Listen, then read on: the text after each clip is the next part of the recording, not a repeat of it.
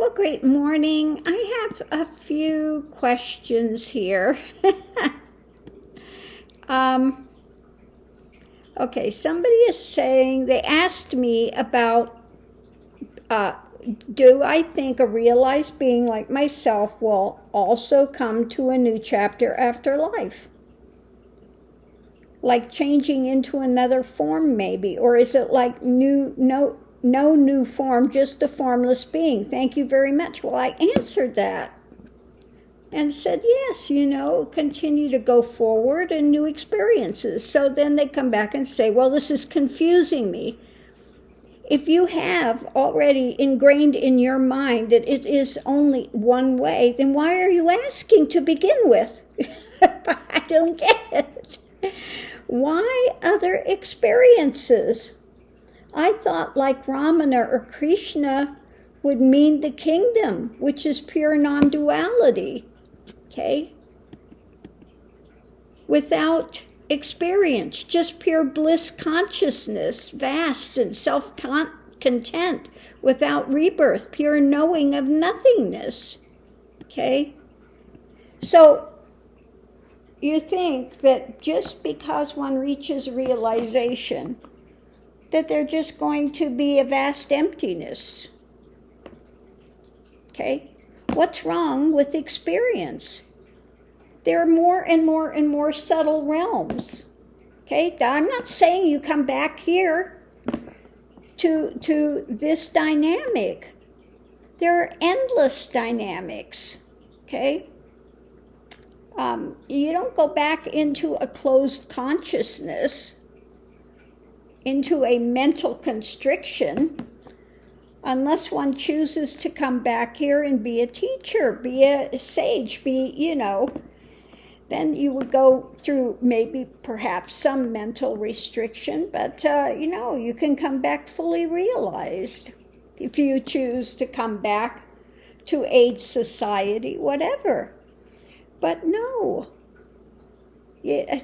I want to know that you just evaporate into bliss. Oh my goodness. No, you continue forward. Okay? That's like saying, well, the divine is just bliss, and so all of the realms and layers just disappear. Okay? Okay, so no, you continue forward. Continue forward. If you don't want to go into a heavy transient body like this, go into other realms, subtle bodies, okay? But part of the thing is, why does the divine is project out to begin with? For experience, okay? So there's nothing wrong with experience. But yes, one is in a different level of consciousness. Okay? So, I understand this comes from an ideation of liberation, and you want to understand bliss consciousness. Well, that remains, okay? But doesn't mean that all of a sudden there's no more experience, no more realms. Look at how much of the universe there is, for Pete's sakes. So yeah, this is one of the lowest levels down where we're at in this transient. There are much more higher levels, okay? So yeah, you go forward. One goes forward. Okay, so I think that, a lot of times, like Krishna says that he goes into more of the thing of non-duality, but it doesn't mean that one doesn't come. Why did Krishna come? Okay, why did any of the sages come? Divine beings come, okay? Why didn't they stay in just consciousness bliss in without form? Okay, Ask yourself that. Okay. So yeah, one just continues forward into the next level and layer. You can reach the point where you don't have to go. You're not compelled to go. But, this idea that you just all of a sudden, there's no form. I'm just going to be in the consciousness and bliss. Okay? But I'm telling you, when you get to realization and everything dismantles, you haven't experienced that. Okay?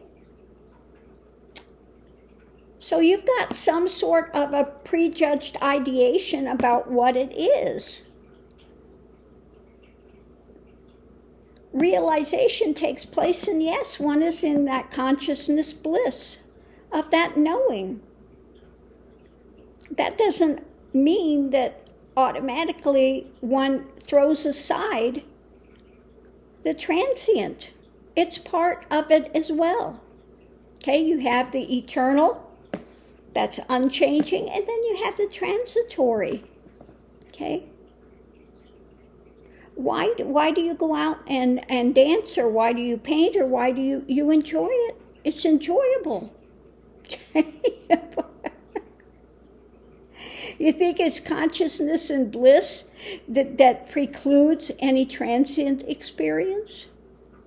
Why did Sankaracharya, why did he write the Ode to Shakti at the end?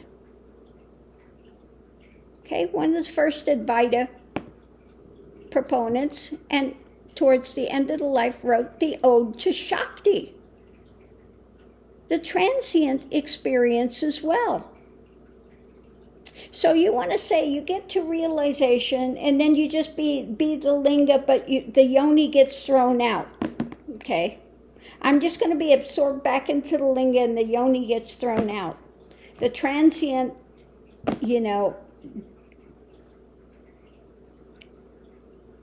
when one is in that center of divine is, that projection into transient experience is enjoyed. It's enjoyable. Okay? Yes, there is always that consciousness of the non-dual. That's the center point, non-dual. Okay?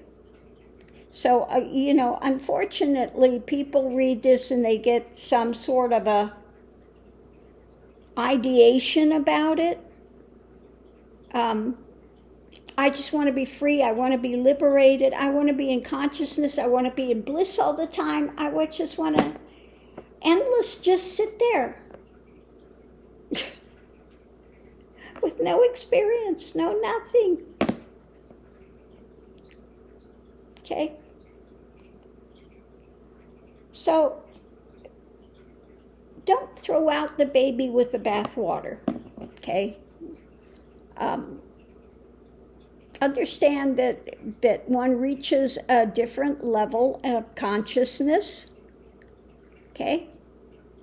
And one can be in the transient experience and be in the realm of non-duality, okay? That mental space remains of consciousness of non-duality. So I think it,